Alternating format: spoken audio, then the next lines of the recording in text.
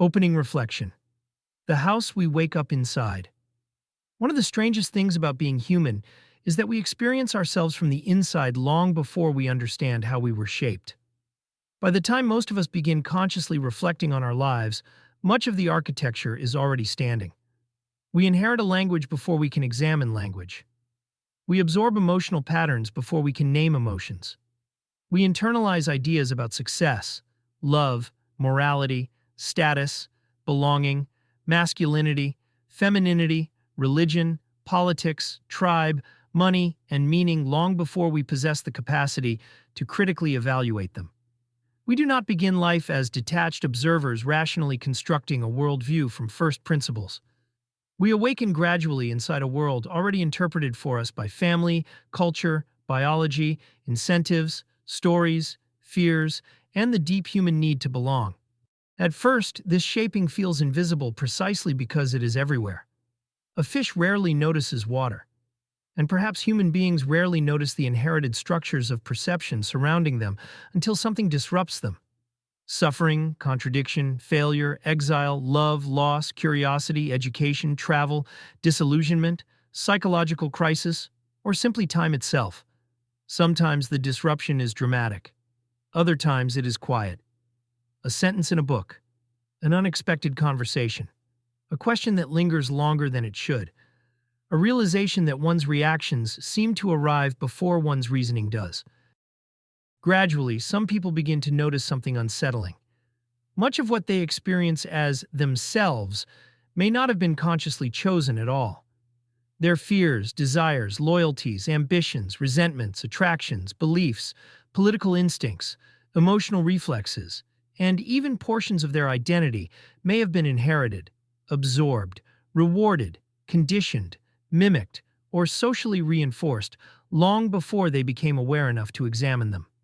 This realization can feel destabilizing at first, because most of us prefer to experience ourselves as conscious authors of our lives.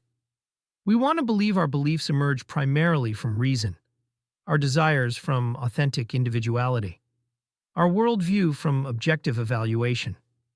We imagine ourselves independently thinking while standing outside the forces shaping us.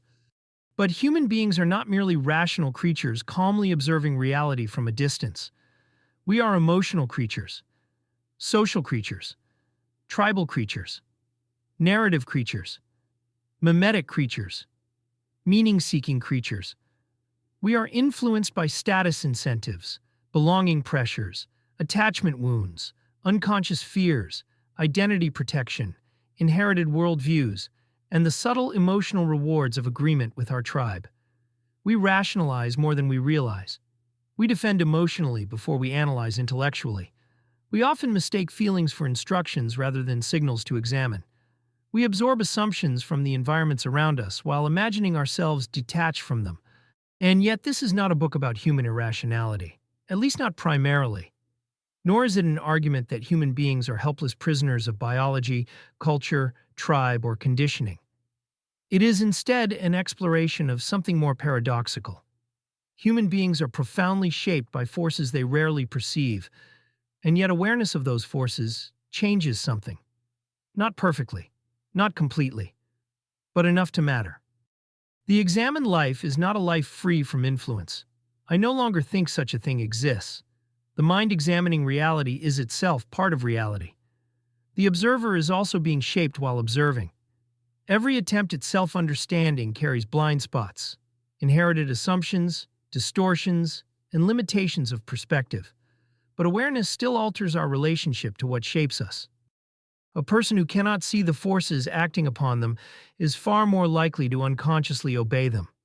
A person who begins noticing those forces may not become fully free of them, but they gain something important nonetheless: the possibility of participation, the possibility of reflection before reaction, the possibility of distinguishing inherited identity from consciously chosen values, the possibility of recognizing when emotion is acting as signal rather than command, the possibility of becoming less possessed by tribe, ideology, fear, status, resentment, or borrowed desire.